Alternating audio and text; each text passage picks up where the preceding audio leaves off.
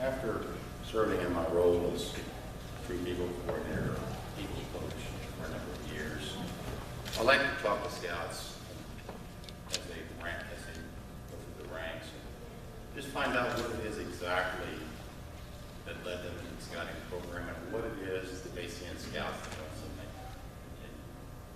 And I've heard a number of different versions of stories from Scouts. Most of them tell me their friends are in Scouts or their friends want to join.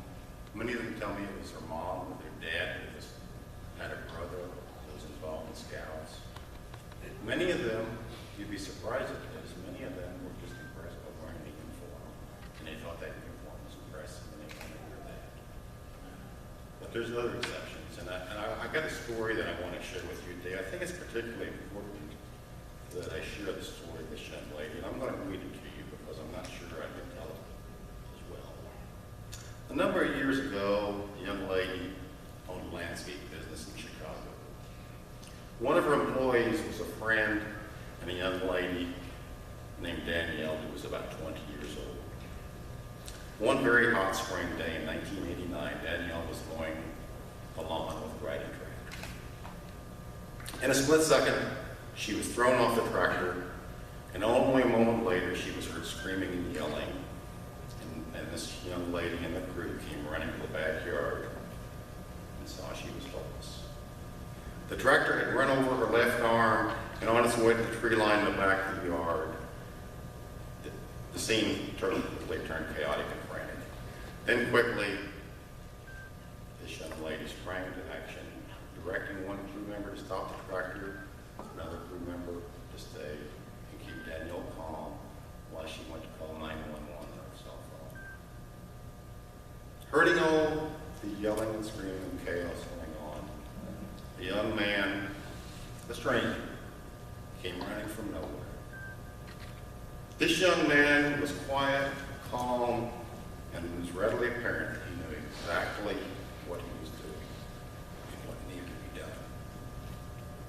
He wrapped Danielle's arm, gave instructions to the rest of the bystanders, and waited patiently by her side until the ambulance had arrived. Unfortunately, Danielle lost her arm, but her life was saved. It wasn't until later that this business owner realized that the young man was an Eagle Scout. Reading the write-up from the local paper and about what he had did for her, he attributed gaining all of his life-saving skills to his training in the Boy Scout program. Well, you may have figured out by now that this young business owner that I'm referring to was Sharon Nastav, Brandon's mother. She learned a lot on that hot spring day in Chicago. How many folks would have had the quick wit and bravery this young Eagle Scout had demonstrated before her very eyes?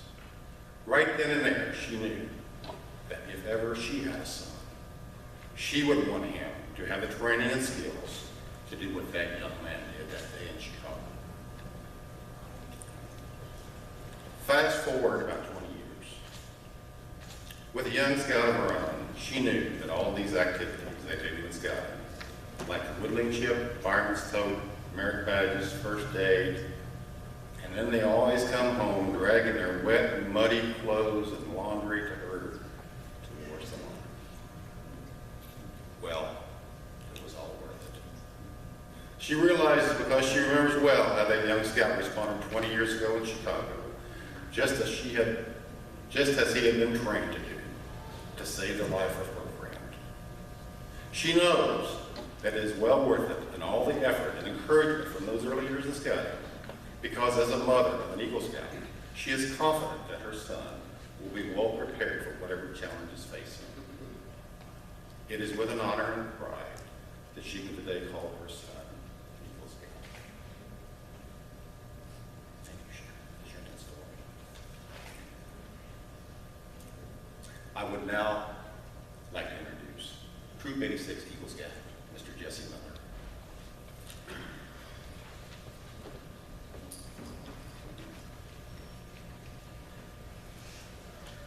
The Boy Scouts of the world constitute one of the most wholesome and significant movements in history. And you, Brandon Nastav, have been counted worthy of this highest rank in its membership. All who know you rejoice in your achievement. Brandon, would you please stand, and as these words are spoken, reflect on their meanings in your life. Your position, as you well know, is one of honor and responsibility. You're a marked man. As an Eagle Scout, you've assumed a solemn obligation to do your duty to God, to country, to your fellow Scouts, and to mankind in general. I charge you to live with honor. To an Eagle Scout, honor is the foundation of all character. He knows that a Scout is trustworthy, is the first point of the Scout law for a good reason. An Eagle Scout lives honorably, not only because honor is important to him, but because of the vital significance of the example he sets for other Scouts. Living honorably reflects credit on his home, his church, his troop, and his community. May the white color of the Eagle badge remind you always to live with honor. I charge you to be loyal. A Scout is true to his family, Scout leaders, friends, school, and nation. His loyalty to his troop and brother Scouts makes him pitch in and carry his share of the load. All of these help build the loyalty, which means devotion to community, to country, to one's own ideals, and to God. Let the blue of the Eagle badge always inspire your loyalty. I charge you to be courageous. Courage has always been a quality by which men measure themselves to others. To a Scout, bravery means not only the courage to face physical danger, but the determination to stand up for what is right. Trusting in God, with faith in his fellow man, he looks forward to each day, seeking his share of the world's work to do. Let the red on the Eagle badge remind you always to have courage. Now I charge you to be cheerful, to remind the Eagle Scouts to always wear a smile. The red, white, and blue ribbon is attached to the scroll of the second-class Scout, which has its end turned up in a smile. I charge you to give service. The Eagle Scout extends a helping hand to those who still toil scouting straight, just as others helped him on his climb to Eagle. The performance of a daily good turn takes on new meaning when he enters a more adult life of continuing service to others. The Eagle stands as a protector of the weak and helpless. He aids and comforts the unfortunate and oppressed. He upholds the rights of others while defending his own. He will always be prepared to put forth his best. Brandon, you deserve much credit for having achieved Scouting's highest award, but wear your award with humility, ever mindful that the Eagle Scout is looked upon to set a good example. May the Scout Oath and Scout Law be your guide for tomorrow and onward. It says here, Mr. Jesse Miller is welcome to add his own words, but I don't think that's a title they give you till after you graduate college, so I'll just say, Brandon, I'm proud to have seen you do what you do in this troop and become the man you are today, but it's not done. Congratulations.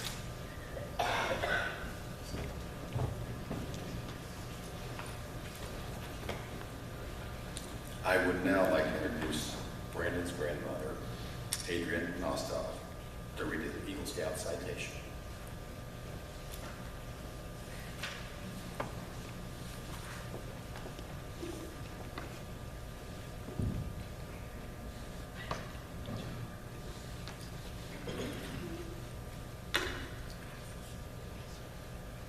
We have heard a lot today about what it takes to become an Eagle Scout.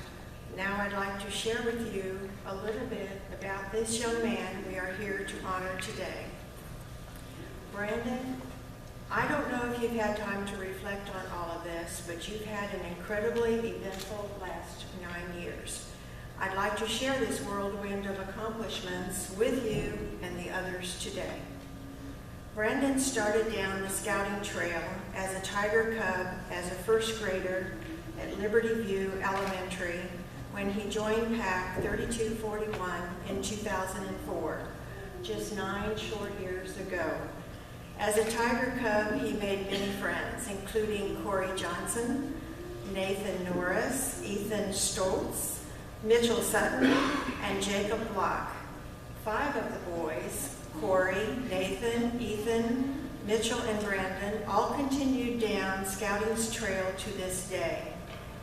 Through the fabulous tutelage of his dedicated Cub Scout den leaders, Rob Norris, Brian Johnson, and Conrad Stoltz, Brandon worked through each of the Cub Scout ranks and was awarded Cub Scouts' highest award, the Arrow of Life, in March 2009.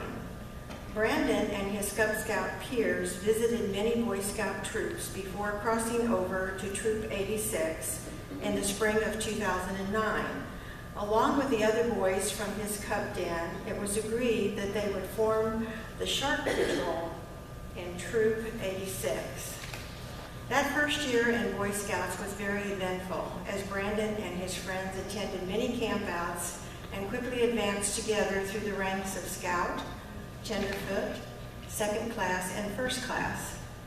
All this activity occurred under the leadership of a very energetic and loud snoring group of dads that enjoyed camping almost as much as the boys did. Brandon earned his star rank in early 2011 and then went on to earn his life rank in early 2012, all the while serving as the troop's scribe. In only 4 years of Boy Scouts, Brandon has completed 36 merit badges and has attended 6 long-term summer camps. His first year in Boy Scouts, he attended summer camp at Nash. His second summer, he attended both Camp Nash and Camp Bartle. At his first year at Bartle, he and his friends each earned 9 merit badges, a very prestigious and difficult accomplishment. Brandon is a member of 2 honorary camping societies, the Order of the Arrow and the Tribe of Mikosay. Just 2 weeks ago, Brandon passed a very important milestone in the Tribe of Mikosay by attending the rank of warrior. Brandon, remember the Dance of Joy? Nothing like dance practice in the hot sun for hours at a time. Well done. Brandon has always believed in giving back to others and has worked hundreds of service hours throughout his years in Scouting. For his Eagle project, Brandon planned and oversaw a massive archives relocation project for the Strawberry Hill Museum. For this undertaking, Brandon supervised over 27 individuals and relocated the entire contents of the museum's archives from one of the museum's 3rd floor story locations to the new archive location in a basement area at the far opposite end of the museum. My hats are off to all of those who hauled that furniture down those outdoor metal fire escapes as part of this project. Brandon has always kept his priorities in perspective and remembers that academics are his primary focus. He has always had it in his mind that he wants to be a veterinarian. To that end, he earned his veterinarian merit badge and is continually looking for volunteer work at local animal shelters and plans to attend the School of Veterinary Medicine at K-State University. From the day he began his trail in Scouting, Brandon has never doubted that one day he would be one of only 2% of all Scouts. That's one of only 2% of all Scouts that achieve the worthy rank of Eagle. I would also like to recognize that Brandon is very proud to be the first family member to attend the rank of Eagle Scout. Our entire family is very proud of him. Grandma, Grandpa, and I are truly love our awesome warrior grandson. Well done, Brandon. We love you. Thank you.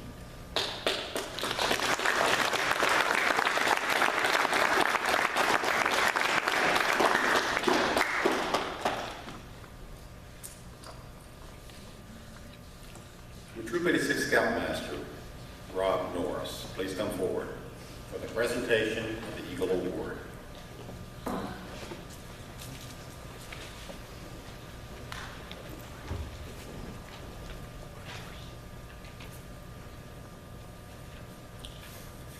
Brandon, I'm sure you'll agree that two special people should be accorded the privilege of standing up here with you, in some measure share this honor with you. So, Honor Guard, please present Chris and Sharon to this Court of Honor.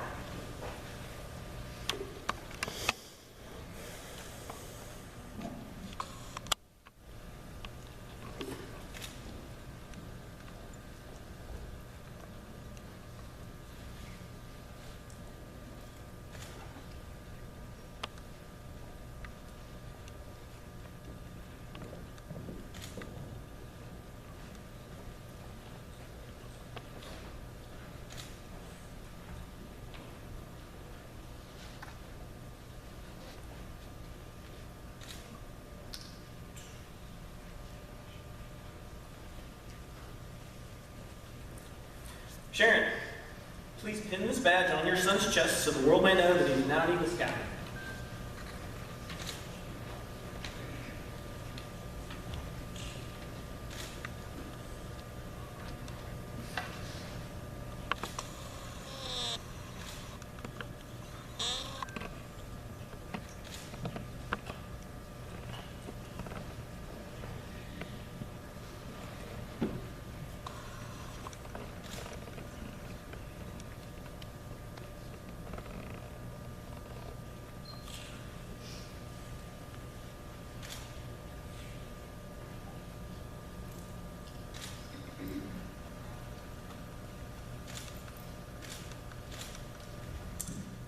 Eagle Scout Brandon Nastav, please now pin this miniature badge over your mother's heart in recognition of her love, encouragement, faith, and trust in your future. As an Eagle Scout, may you never disappoint.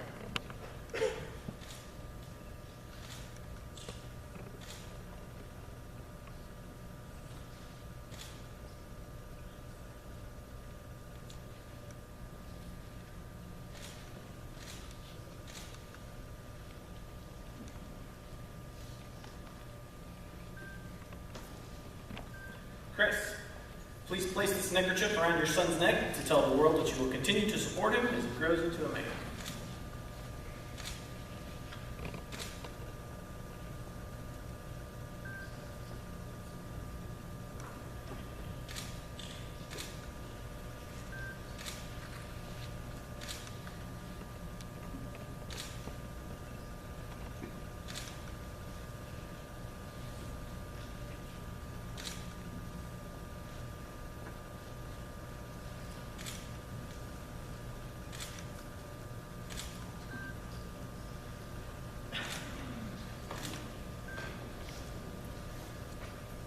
Eagle Scout Brandon Nastav, pin this miniature badge on your father's shirt in recognition of his love, encouragement, faith, and trust in your future. And as an Eagle Scout, may you never disappoint him.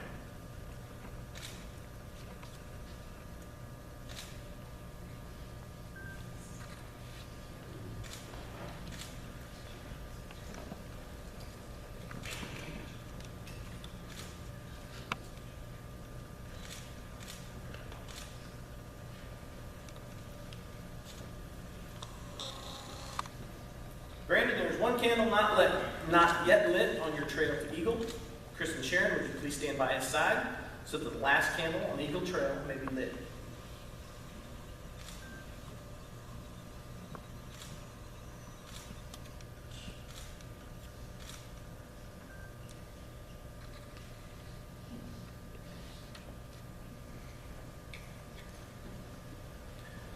Will the Honor Guard please escort Brandon's parents back to their seats?